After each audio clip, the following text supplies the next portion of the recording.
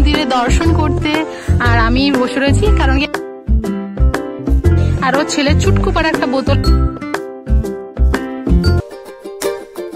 Good morning, এখন আমি ready হয়ে গেছি, আর এটা হচ্ছে ব্যাগ, আর এখানে আরেকটা ব্যাগ নিয়ে নিয়েছি। তাই এটা ব্যাগ? আমি ভাবলাম শাক। ওটা এটা আরেকটা ব্যাগ যেটাতে আমার দরকারি জিনিস শপিং করলে কিছু করলে নিয়ে আসবো। এখনো লোকেশন জানি না কোথায় যাব, বাট কার সাথে যাবো সেটা তোমরা দেখতেই পারবে। তো চলো রেডি। কালো কালো লাগছে। চলো চল যাও যাও, ভাগো ভাগো ভাগো ভাগো ভাগো ভাগো।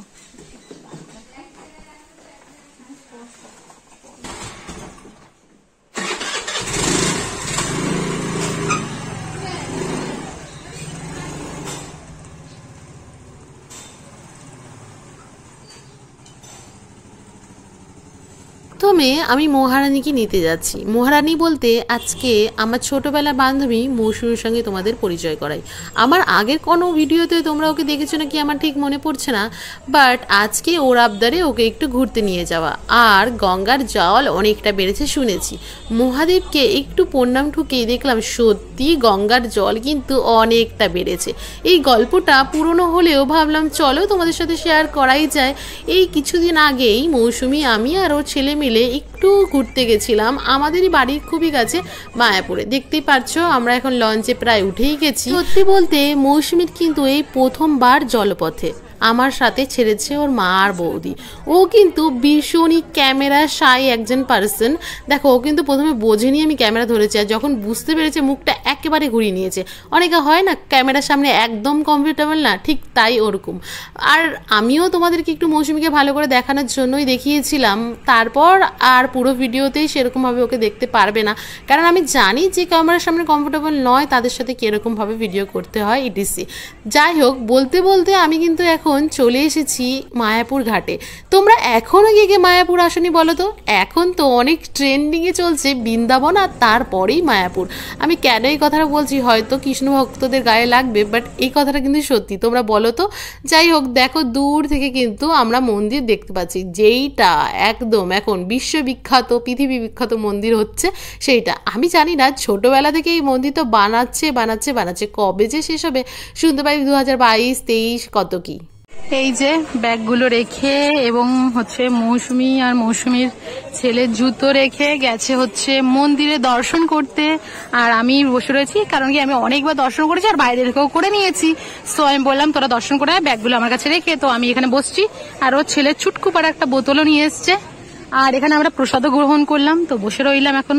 লাস্ট কিছুবার থেকে এটাই আমার সঙ্গে হচ্ছে, আমি যেই দিনই মায়াপুরে আসি না কেন সেই দিন কোনো প্রোগ্রাম থাকে, কোনো কিছু থাকে, তাই জন্য মায়াপুরটা পুরো এরকম ফাঁকা ফাঁকা হয়। জানো মায়াপুরটা আমার জন্যই খুলেছে, এই কিছু মানুষের আনাগোনা, কিন্তু আজকেও কিছু একটা প্রোগ্রাম থাকার সত্ত্বেও পুরো মায়াপুর জনশূন্যহীন। আমি মৌসু আর ওর ছেলে, আশেপাশে কিছু লোক, এরকম কিন্তু মায়াপুর কখনোই ফাঁকা থাকে না। এর আগের বার তোমাদের নিশ্চয়ই মনে আছে মাম্মি পাপা সমেত ভোটের দিন চলে এসেছিলাম আমরা মায়াপুরে, মানে অন্যান্য জায়গায় ভোট ছিল আমাদের এখানে ছিল না, সেই হিসেবে মায়াপুর পুরোই ফাঁকা ছিল। বলতে বলতে আমরা প্রসাদ নেওয়ার জন্য চলে এসেছিলাম। প্রসাদের ঘরটা আমি তোমাদের দেখাই, ওই প্রসাদের ঘরেও ভীষণ মানুষ যে তোমরা দেখতে পাচ্ছ, এটা কিন্তু কিছুই না অন্য দিনের তুলনায়। প্রসাদ পেয়ে আমরা চলে এসেছি আরও জায়গায় ঘুরতে, এই যে মায়াপুরের আরও সব মন্দিরগুলোতে। আর এই যে পুকুরটা দেখতে পাচ্ছ, মৌসুর ছেলেকে অনেক ভয় দেখিয়ে আমরা কিন্তু নিয়ে এসেছিলাম। ও কিন্তু মায়াপুর থেকে বেরোতে একদম রাজি ছিল না। তারপর গঙ্গার ঘাটের কাছে চলে আসলাম, যেখান থেকে আমরা কিনা বাড়ি ফিরে যাব। মনে হচ্ছে যেন তোমাদের এই 5 মিনিট আমি ঘুরলাম বা 5 মিনিটের ভিডিও, কিন্তু এইটা ছিল মৌসুর কাছে একটা ভীষণ একদম মানে ফেভারিট দিন বলতে পারো, আমার কাছেও ফেভারিট দিন বলতে পারো। অনেক বছর হয়েছে এরকম কোনো একটা দিন কাটাইনি, বা এরকম কোনো একটা সুন্দর দিন মৌসুর সাথে আমার কাটেনি। হ্যাঁ, ওর সাথে দেখা হয়, কথা হয়, কিন্তু ওকে যে আউটিংয়ে নিয়ে আসবো এরকম দিন কিন্তু অনেক দিন পরেই আসলো। ওর ভীষণ এক আবদার ছিল আমার কাছে যে একদিন ঘুরতে নিয়ে যাওয়ার জন্য, সেই দিনটা ওকে দিতে পেয়েও আমি ভীষণ হ্যাপি। জানো তো, বলতে বলতে জল দেখতে দেখতে আমরা কিন্তু প্রায় ঘাটের কাছে এসে পৌঁছে গেছি।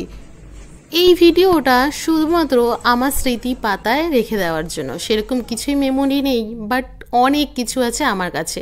নবদ্বীপ ফিরে পোড়ামায়ের দর্শন করে কিছু ছোটোখাটো জিনিস কেনাকাটা করে তারপর বাড়ি ফিরছি। বাড়ি ফিরে আসলাম আর ভাবছি কি নিয়ে এসেছি এদের জন্য, কি নিয়ে এসেছি। 3 জনাই লাইন দিয়ে আমার পিছন পিছন চলে এসছে, আর এ তো আমাকে দেখছে। টমি, এ দেখো, একটা নাম বললেই সামনে চলে আসবে। টমি, দেখে রাখা।